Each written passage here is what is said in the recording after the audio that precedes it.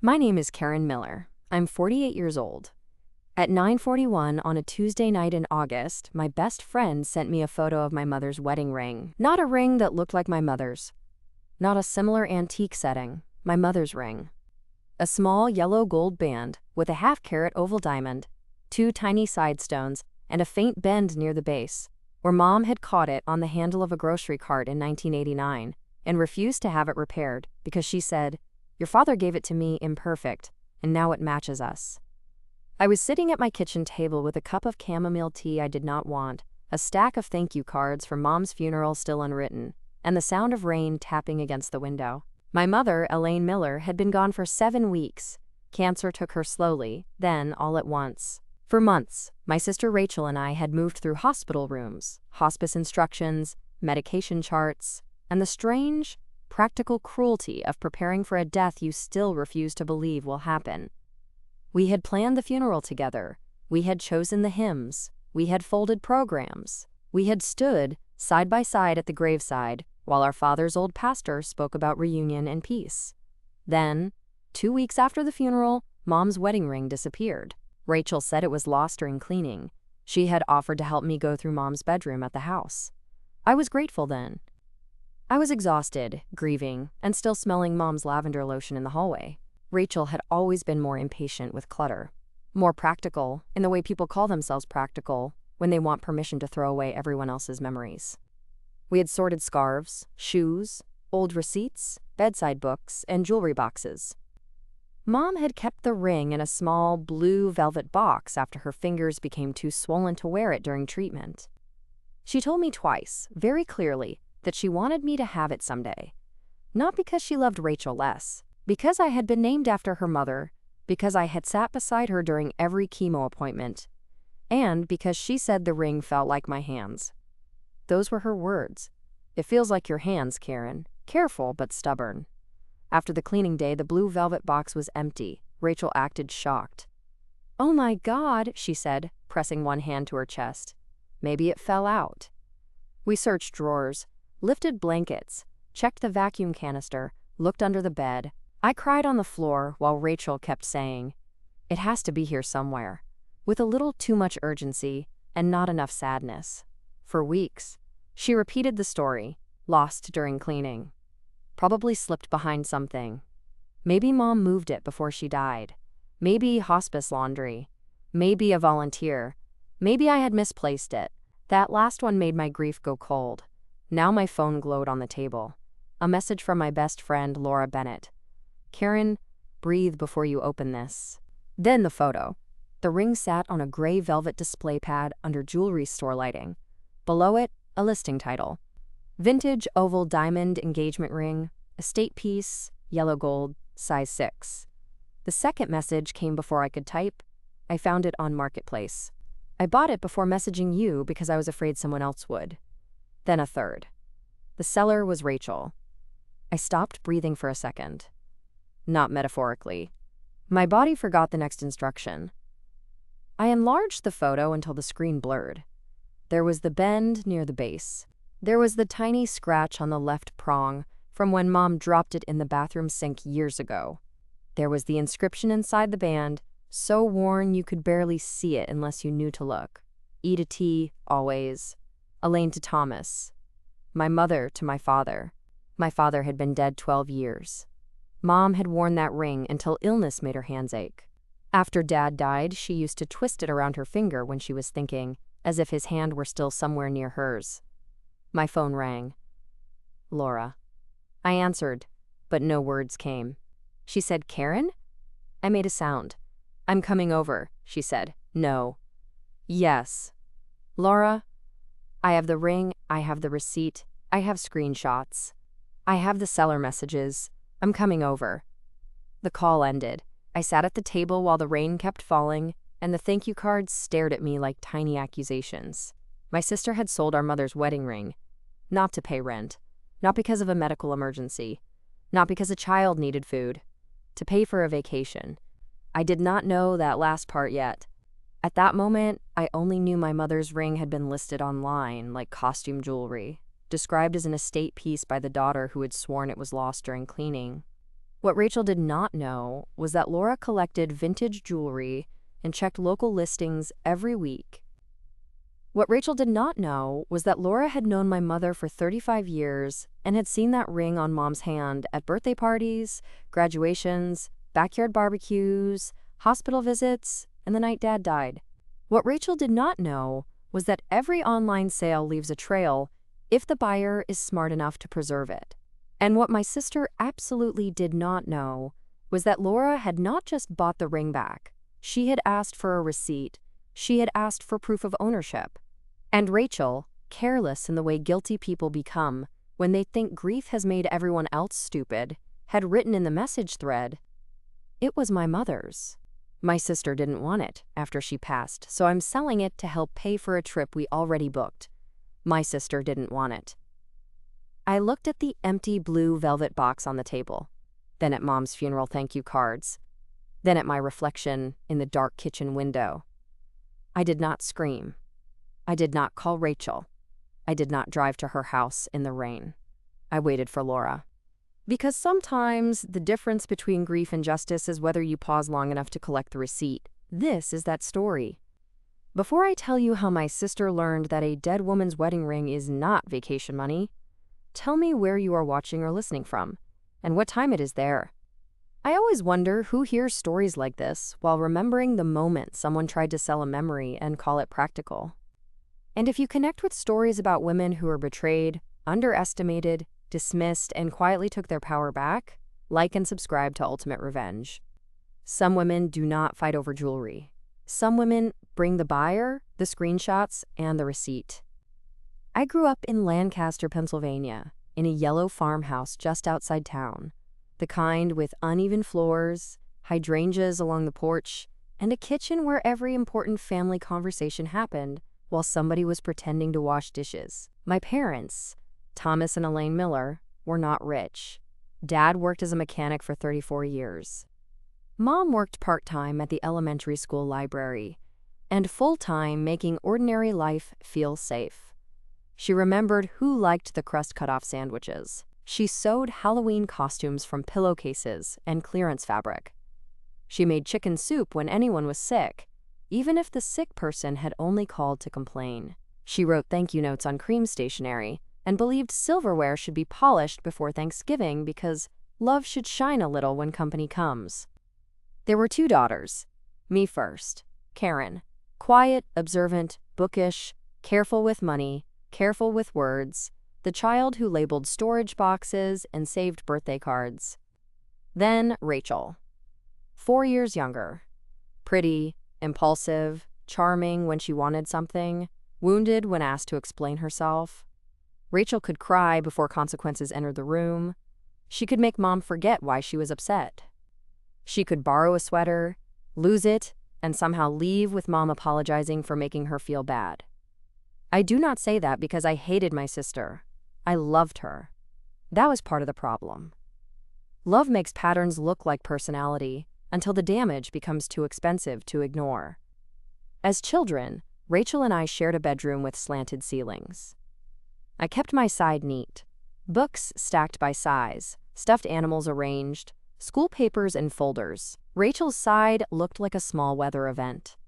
Clothes, hair clips, half-finished craft projects, borrowed things she forgot were borrowed. When I complained, Mom said, "She's creative, Karen." When Rachel took my necklace for school picture day and returned it broken, Mom said she wanted to feel pretty. When Rachel used my babysitting money to buy concert tickets at 16, Mom made her apologize, then quietly gave me the money back herself. "She'll learn," Mom said. She did not. She learned that someone else would soften the landing. The symbolic object in this story was Mom's blue velvet ring box. It was small, square, and worn at the corners. The hinge squeaked. Inside, the cream satin lining had darkened with age, and the ring sat in a little groove that had shaped itself around decades of being opened, admired, removed, and returned. As a girl, I loved that box. Mom kept it in the top drawer of her dresser beneath folded handkerchiefs. Sometimes, when she was getting ready for church or a wedding, she would open it and let me look. "This ring is not fancy," she would say, It's beautiful. That's different. Dad had bought it from a small jeweler downtown after saving for almost a year. The diamond was modest, the gold warm and soft, the setting old-fashioned even then. Mom said he was so nervous when he proposed that he put it on the wrong hand first, then asked if she was sure twice before she answered. She wore it every day of their marriage. Gardening, cooking, cleaning, school library shifts, birthday parties, sickbeds, funerals.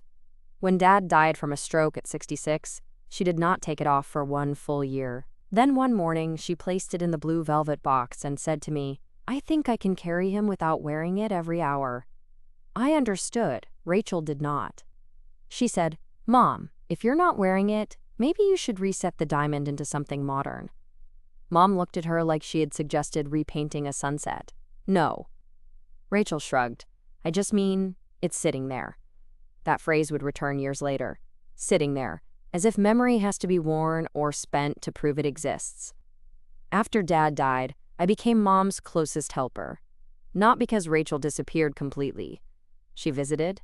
She brought flowers. She posted photos of Mom on holidays with captions like, "My strong mama." She loved Mom in her way. But real care fell into my hands.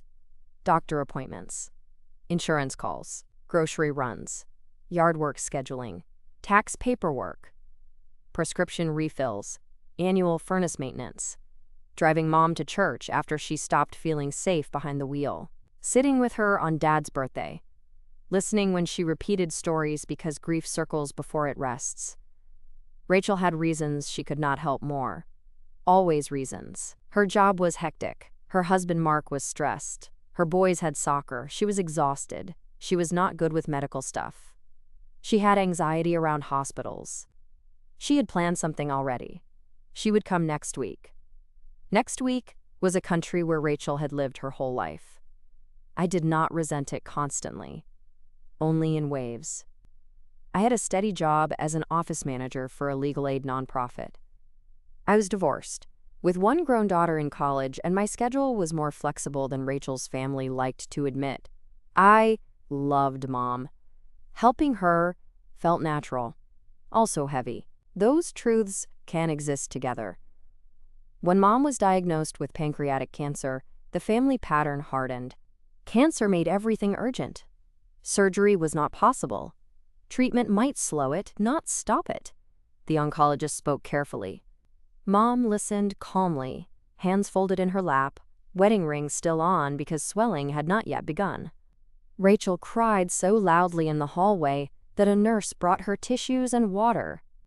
I sat beside Mom and asked about medications, side effects, nutrition, pain management, transportation, insurance authorization, and when hospice should be discussed. Afterward, Rachel told Aunt Denise I had been cold. Cold. The word people use when they need your competence but resent the fact that you can still speak through pain. Mom knew better. That night she called me. "Your sister is scared," she said. "So am I." "I know." "She doesn't." "No." I heard her breathing on the line. Then she said, "Karen, I need you to promise something. Anything. If I get confused later, don't let people make decisions just because they're loud."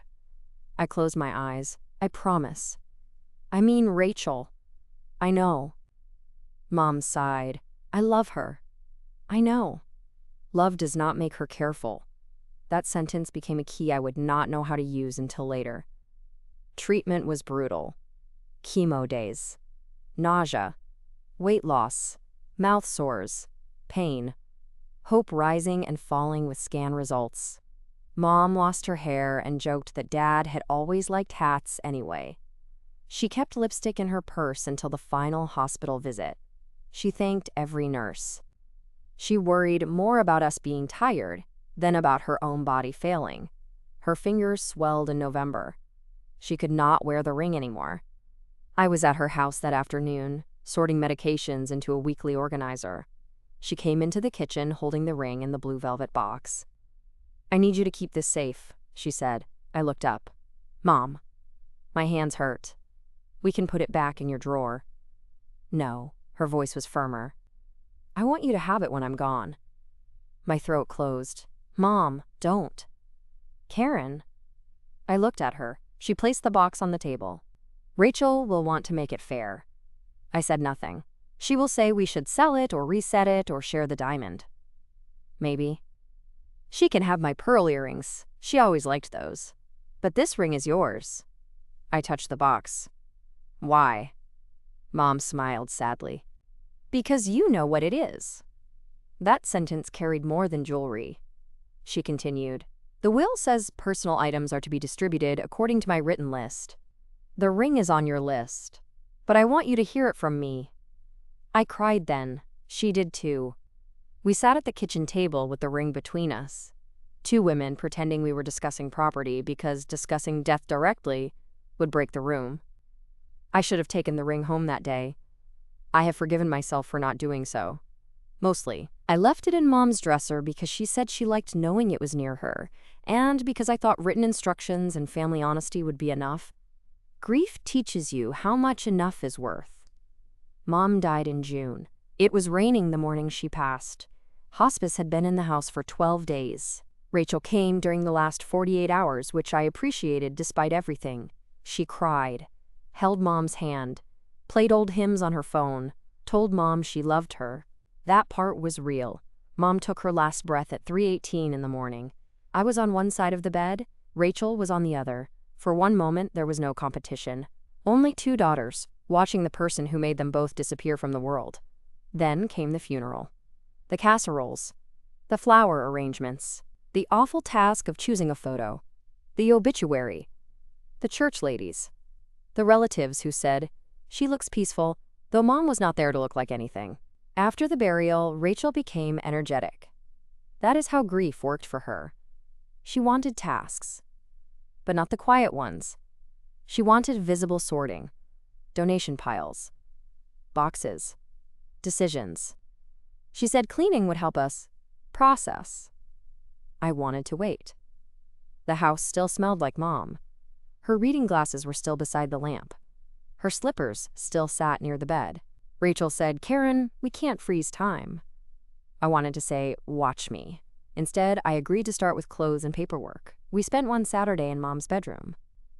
I folded sweaters. Rachel opened drawers. I found Mom's church gloves and cried. Rachel said, "Oh, honey," then moved on to scarves. At some point, I went downstairs to take a call from the funeral home about a typo on the death certificate. When I came back, Rachel was near the dresser. The blue velvet box sat open, empty. "What happened?" I asked. Rachel turned too quickly. "What?" "The ring." She looked down. "Oh my God." That performance began there. She picked up the box, shook it as if rings hide under satin, then dropped to her knees. It must have fallen. We searched. Or I searched. Rachel moved things around. We pulled drawers out, checked the floor vents, lifted the rug, searched the closet, shook pillowcases. I cried harder with every minute. Rachel said, "Maybe Mom moved it. She could barely get upstairs the last month. Maybe hospice? No. Maybe you took it home and forgot." I looked at her. She held up both hands. "I'm just saying grief makes people foggy. Grief makes people foggy." That was the first time she tried to use my mourning as cover. I should have seen it fully then. Part of me did. But suspicion against your own sister is a heavy door. I did not want to open it while Mom's bed still held the shape of her body. For the next 3 weeks, the ring remained lost. Rachel repeated the story to everyone. Lost during cleaning. So sad. Karen is devastated. We looked everywhere. The more she told it, the more polished it became. Antony said, "Maybe it's a sign to let go." I said, "Do not say that to me again." She did not. Rachel began talking about a beach trip. "Mark and I need a reset," she said. "This year has been so hard." I did not begrudge her rest. I wanted rest, too. I wanted a week where cancer had never existed, where Mom called at 7 to ask if I wanted leftover soup, where Dad was in the garage and the ring was on her hand. Rachel posted a photo of a resort website in the sisters group chat with the caption, "Maybe healing looks like ocean." I did not respond. Laura found the listing 9 days later. Laura Bennett had been my best friend since 8th grade. She knew my mother almost as well as I did. She had eaten Mom's grilled cheese after school, borrowed Mom's sewing kit before prom, sat in Mom's kitchen after my divorce, and held one of Mom's hands at hospice when I stepped outside to breathe. Laura collected vintage jewelry as a hobby and side business. Not expensive pieces necessarily. She loved stories. Mourning rings, old brooches, forgotten lockets, wedding bands with inscriptions, charm bracelets that told accidental biographies. That Tuesday night, she was scrolling local listings when she saw the ring. She told me later she recognized it before her mind made sense of how. "The Bend," she said. I knew the Bend. The listing was under a seller named Ray M. Rachel. Laura messaged immediately. "Is this available?" Rachel replied within 4 minutes. "Yes, pick up tomorrow or can meet tonight if serious." Laura asked if there was an inscription. Rachel wrote, "Old initials inside, hard to read, estate piece." Laura asked if the seller had paperwork. Rachel wrote, "It was my mother's. My sister didn't want it after she passed, so I'm selling it to help pay for a trip we already booked." Laura's hands were shaking by then. She did not confront her. She bought the ring. $1, $250. Less than its emotional value. More than enough to fund part of a vacation. Laura met Rachel in the parking lot of a pharmacy at 8:45 that night. She wore a baseball cap and glasses, hair tucked up, because Rachel knew her but not well enough to recognize her in dim light immediately. Rachel handed over the ring in a small plastic bag, not even the blue velvet box. That detail hurt almost as much as the sale. Laura asked for a receipt. For insurance. Rachel wrote one on a torn piece of notebook paper.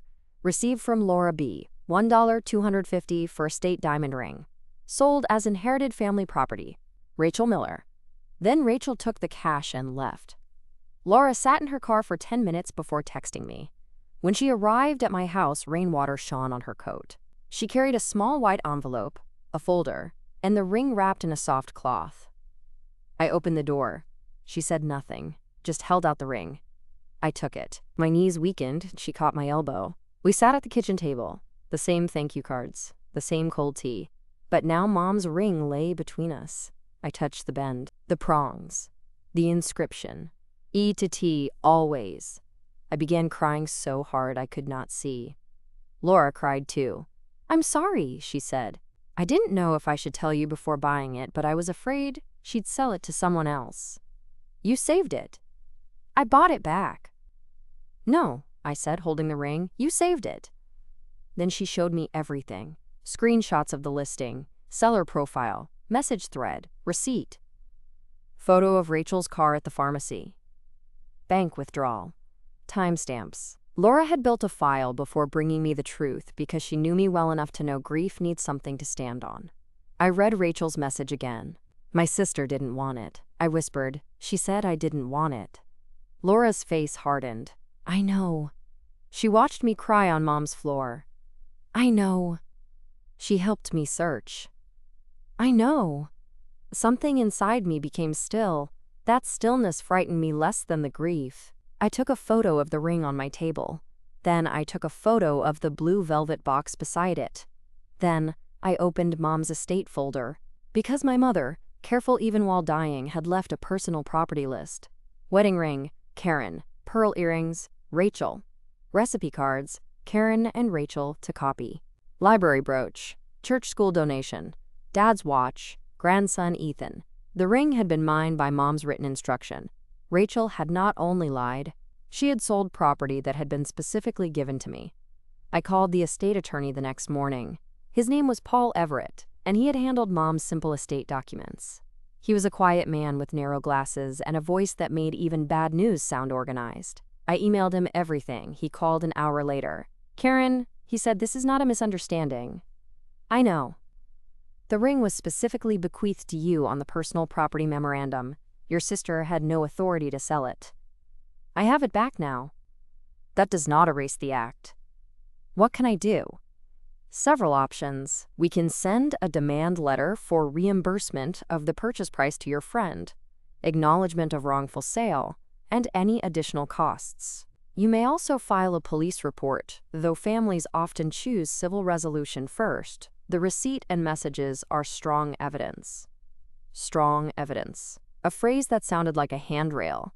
I asked him to prepare the letter. Then I waited. I did not call Rachel first. That surprised Laura. I thought you'd want to confront her.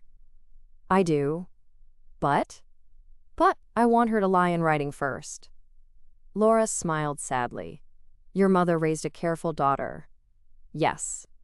I texted Rachel at noon. Did you ever find Mom's ring? She replied at 12:07. No, I still feel terrible. I looked again yesterday. I stared at the message, looked again yesterday. The ring had been on my kitchen table while she wrote that. I typed, where did you look? She replied, bedroom, dresser, under bed. Maybe we need to accept it's gone. Accept. She wanted me to accept my own theft as grief. I wrote, maybe. Then I screenshotted the exchange and sent it to Paul. Useful, he replied. I need to pause here for a second. If you have ever had someone lie to your face while you already held the proof, you know exactly what that text felt like. It was not just the stolen ring. It was the performance afterward, the search, the sympathy, the suggestion that grief made you confused. If this story is hitting close to home, leave a comment and tell me what receipt finally proved what your heart already knew. And if you have not already, subscribe to Ultimate Revenge. The quiet part is over. The demand letter went out that Friday. It was clean, direct, and devastating in the way legal letters can be when facts are better than insults. Dear Ms. Miller, this firm represents Karen Miller regarding the wrongful removal and sale of personal property belonging to the estate of Elaine Miller and specifically designated to Karen Miller under the personal property memorandum dated March 3rd. It has come to our attention that you removed Elaine Miller's wedding ring, represented it as inherited family property, and sold it to a third party for $1,250. Enclosed are screenshots of the listing, written seller communications, signed receipt, and a copy of the relevant memorandum. Demand is hereby made for. I read it 3 times before allowing Paul to send it. Rachel received it by email and certified mail. She called me 11 minutes after opening the email. I did not answer. She called again. Then Mark, her husband, called. Then Rachel texted. What the hell is this? I replied. A legal letter. She wrote. You went to a lawyer before talking to me? I replied. You sold Mom's wedding ring before talking to me. 3 dots appeared, disappeared, appeared. Then, I can explain. I wrote. In writing. She called again. I did not answer. An hour later, the family group chat erupted. Rachel wrote, Karen is accusing me of stealing Mom's ring because some stranger found something online that looked similar. This is insane. I am grieving too, and now she has lawyers involved. Laura, bless her, sent me a screenshot immediately. Antonice wrote, Girls, please don't do this over jewelry. Over jewelry. The phrase people use when they want the victim to sound materialistic and the thief to sound misunderstood. I entered the group chat. It was Mom's ring. The inscription, Bend in the Band, listing photos, seller messages, and signed receipt confirm it. Mom's personal property memorandum left the ring to me. Rachel sold it for $1,250 after saying it was lost during cleaning. Laura bought it back to prevent it being sold to a stranger. Then I attached the listing screenshot. Not all the evidence, just enough. The chat went silent. Then Rachel wrote, You're really going to humiliate me publicly? I replied, You sold it publicly. Antony stopped typing. My cousin Beth sent only, Oh my God. Mark called again. I answered this time. He sounded tired. Karen? Mark? I didn't know. About the sale or the vacation? He exhaled. The sale. So you knew about the money? I knew Rachel said she found some old jewelry Mom didn't assign. She told you that? Yes. And you believed her? A pause. I wanted to. That sentence sounded familiar. People always want to believe the version that benefits peace. He continued, I'm sorry. I told her this was wrong after the letter came. We'll repay Laura. Good. I don't want police involved. That depends on Rachel. He lowered his voice. She's spiraling. No, Mark. She's facing consequences. He said nothing. I continued, She lied while I searched Mom's room. She let me cry on the floor. She told people it was lost. She told the buyer I didn't want it. She sold it for vacation money. She texted me yesterday saying maybe I need to accept it's gone. Do not ask me to center her feelings right now. He was quiet for a long time, then said, "You're right." That surprised me. I'll talk to her. Have her respond to Paul. I will. Rachel did not respond that day. Instead, she posted a photo of the ocean on her private account from some old trip with the caption, "Some people choose bitterness over healing." Laura saw it and said, "Do you want me to send you this, or do you want peace tonight?" I said, "Peace." She sent it to Paul instead. Useful. The family meeting happened because Aunt Denise insisted. Things needed to be discussed face to face. I said I would not meet at anyone's home. We met at Paul Everett's office. Rachel hated that. Good. She arrived with Mark, eyes red, hair in a messy bun, wearing a sweater Mom had given her 2 Christmases earlier. I noticed. So did she. I arrived with Laura. Rachel looked at her and went pale. "You," she said. Laura smiled politely. "Me." Rachel's face hardened. "You tricked me." Laura tilted her head. "You sold me a stolen ring in a pharmacy parking lot." Mark closed his eyes.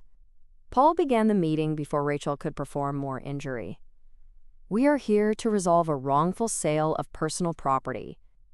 This is not a discussion about emotional fairness or childhood grievances.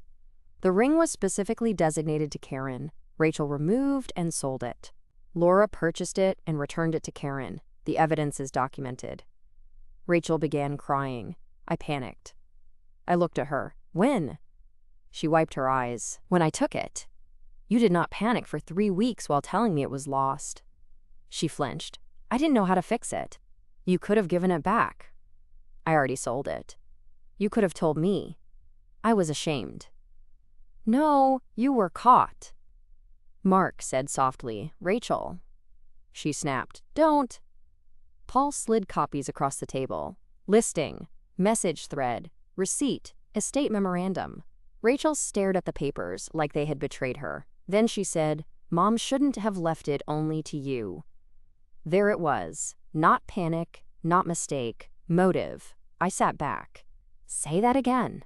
She looked up, eyes wet and angry. "You heard me. She was my mother too." "Yes." "I was there when she died too." "Yes." "I cried too." "Yes." "You got the ring because you were always the responsible one, and I'm always treated like I can't handle anything." I looked at her for a long moment. "Rachel, you sold her wedding ring to pay for a vacation." Her mouth tightened. "That's not fair." "No, it is exact." Laura looked down at her hands, hiding what might have been rage. Rachel leaned forward. "You don't know what it was like being your sister. Perfect Karen. Careful Karen. Karen who always knew what to do. Mom trusted you with everything." I felt a strange sadness then. Not pity, sadness. Mom trusted me because I showed up. Rachel cried harder. "I showed up at the end." "Yes, at the end." "That's cruel." "No, it is the truth. You loved Mom, but you did not carry the work."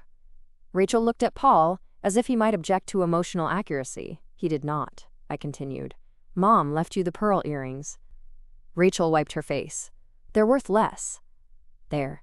The room went still. Mark stared at her. I felt something close inside me. It was never about memory. She said nothing. "It was about value." Rachel whispered, "I needed the money." "For the vacation?" She looked away. Mark said, "We could have canceled it." Rachel snapped, "The boys were excited." I said, "Then you chose your vacation over Mom's ring."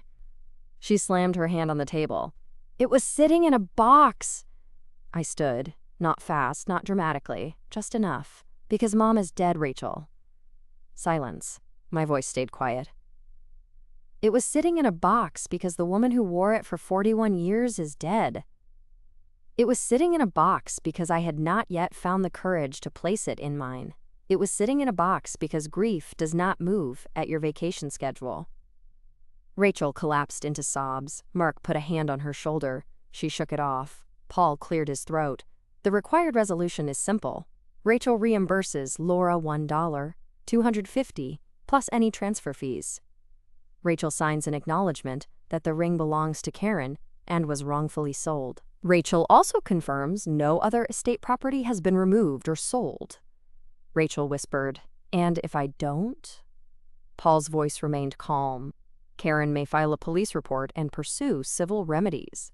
The estate may also account for the value against any distribution due to you. Estate distribution." That got through. Rachel nodded. Of course she did. The agreement was signed that afternoon. Rachel wrote the reimbursement check to Laura at the conference table. Laura accepted it without smiling. Then Rachel signed the acknowledgement. I watched her write her name. Rachel Miller. The same name on the receipt. The difference between theft and accountability was a second signature. After the meeting, Rachel approached me in the hallway. "Karen." I stopped. Mark and Laura moved a few steps away. Rachel looked exhausted. "I'm sorry." I waited. "For what specifically?" She closed her eyes like the question hurt. "For taking Mom's ring. For selling it. For lying and saying it was lost. For saying you didn't want it. For letting you search for it." I waited. Her voice broke. "For making Mom's last gift to you about my jealousy." That was the first apology that reached the wound. I nodded once. "Thank you. Do you forgive me?" "No." She flinched. "I might someday, but not because you apologized once in a lawyer's hallway." She cried silently. I walked away. "Some people think that is cruel. I think it is honest. Forgiveness offered too quickly often becomes permission misunderstood." The public correction came at Mom's memorial luncheon. We had held the funeral weeks earlier, but the church library wanted to host a small luncheon after dedicating a shelf in Mom's name. Mom had volunteered there for years, repairing book jackets and helping children find mysteries with not too much kissing. It was exactly the kind of tribute she would have pretended was unnecessary while secretly loving.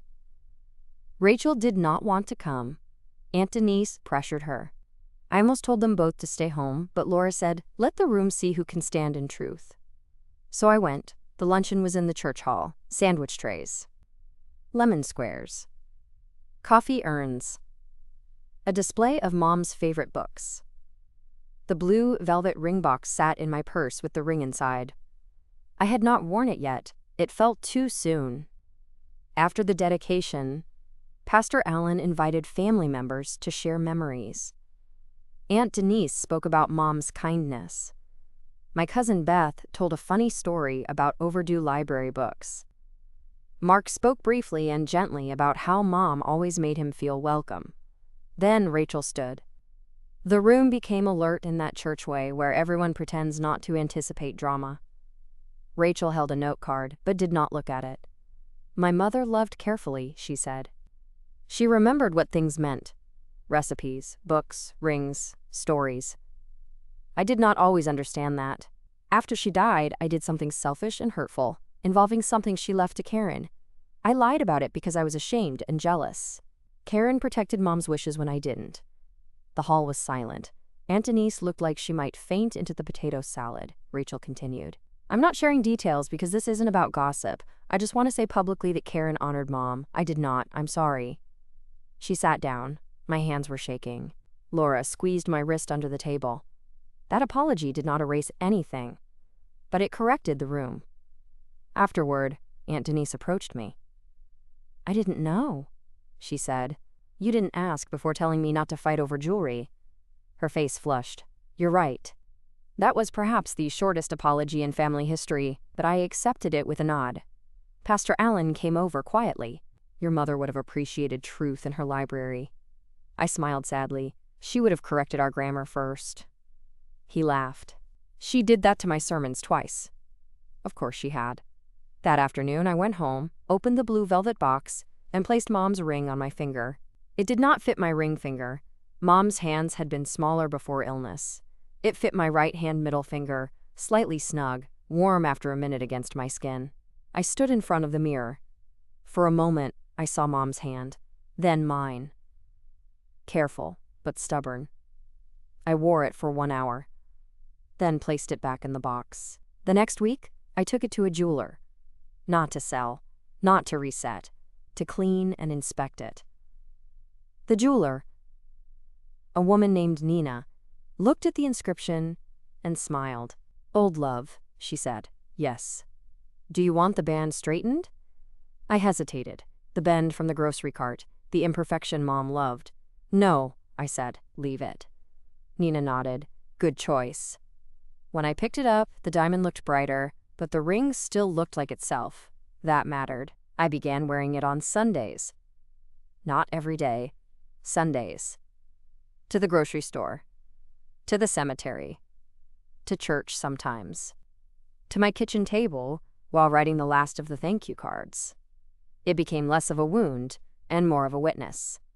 Rachel and I did not become close again immediately. How could we? Trust is not a light switch. It is a house rebuilt after fire, and sometimes you discover the foundation cracked before the flames. She repaid Laura. She canceled the vacation. That part surprised me. Mark insisted, according to Laura, who heard from his sister. Rachel told the boys they would do a smaller trip later. I do not know how much was financial and how much was shame. Either way, the resort photo disappeared from her account. For months, Rachel and I communicated only about estate matters. Short, written, clear, no phone calls. Then, in December, she asked if we could meet at Mom's house before the final clean-out. I almost said no, but the house was going on the market in January, and there were still recipe cards to copy. We met on a cold Saturday morning. No lawyers, no Laura, just us. The house felt hollow. Furniture partly gone. Walls marked by rectangles where pictures had hung.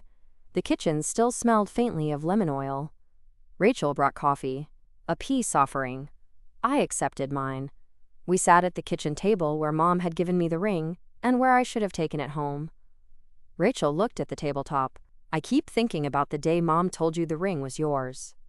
My body stiffened. "You knew?" She nodded. I was in the hall. I stared at her. She told me later too, I said. Rachel wiped her eyes. "I know. I heard enough." That hurt in a new way. "So you knew when you took it?" "Yes." No excuse, no fog. "Yes." I waited. She continued. "I was angry. Not that day, not fully. But later, after she died, when everyone kept saying how much you did, how you handled everything, how Mom trusted you.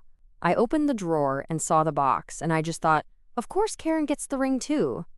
I said nothing. She looked at me. "It was ugly. I know." "Yes."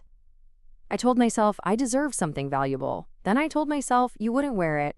Then I told myself selling it would make it fair somehow. Fair. I know. Rachel, fair would have been showing up when Mom needed rides. Fair would have been taking chemo days. Fair would have been learning the medications. Fair would have been letting me sleep during hospice instead of asking me where the clean towels were. She cried then, not performatively, quietly. "I know." "Do you?" "I do now." I looked toward the sink, where Mom's ceramic soap dish still sat. Rachel whispered, "I don't know how to be the daughter who didn't show up." That sentence softened something I did not expect. Not enough to erase, enough to understand. I said, "Start by not stealing from the daughter who did."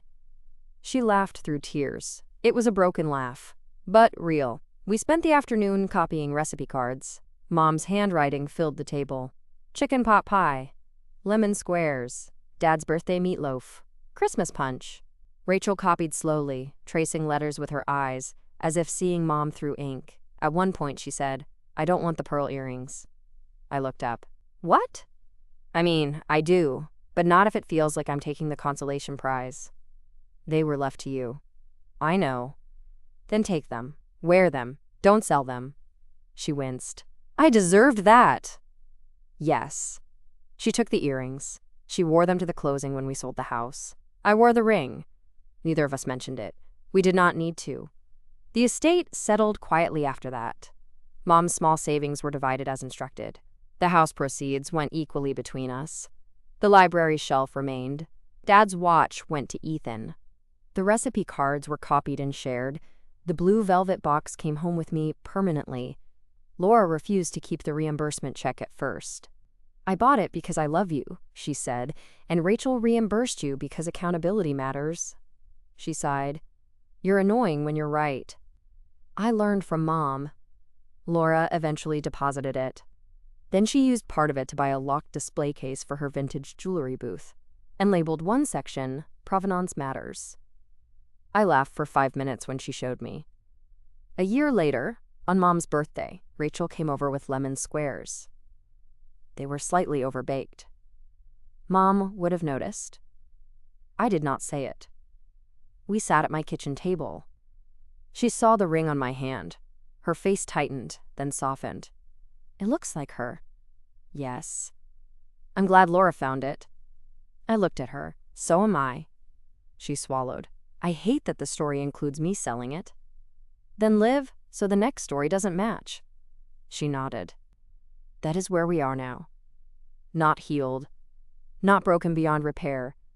Somewhere honest. The final lesson is not that jewelry matters more than family. People love saying that when they are not the ones whose memories were taken. The lesson is that family does not get to steal something sacred and then shame you for caring about it. A wedding ring is not just metal and stone when it held 41 years of marriage. It is grocery carts and hospital rooms, Thanksgiving dishes and funeral hands. Arguments survived, bills paid, children raised, cancer endured, a husband remembered, a wife's finger, a daughter's inheritance. My sister sold Mom's wedding ring to pay for a vacation. The buyer was my best friend. And when the receipt reached my kitchen table, when the screenshots proved the lie, when Rachel had to sign her name beneath the truth, the ring stopped being lost. So did the story. Thank you for staying with me through this story. I know some of you have watched relatives call heirlooms just things, right after proving exactly why they cannot be trusted with them. If Karen's story reached you, I hope you remember that memory has value even when other people cannot spend it. Keep the receipts. Keep the messages. Keep the written wishes. And never let someone who sold a keepsake tell you that you are wrong for wanting it back. Subscribe to Ultimate Revenge for more stories about quiet women, family betrayal, silent comebacks, and the proof that finally brings the truth home. So tell me, if your sister sold your mother's wedding ring and claimed it was lost during cleaning, would you confront her the moment you found out? Or would you bring the buyer, the receipt, and the message where she admitted everything?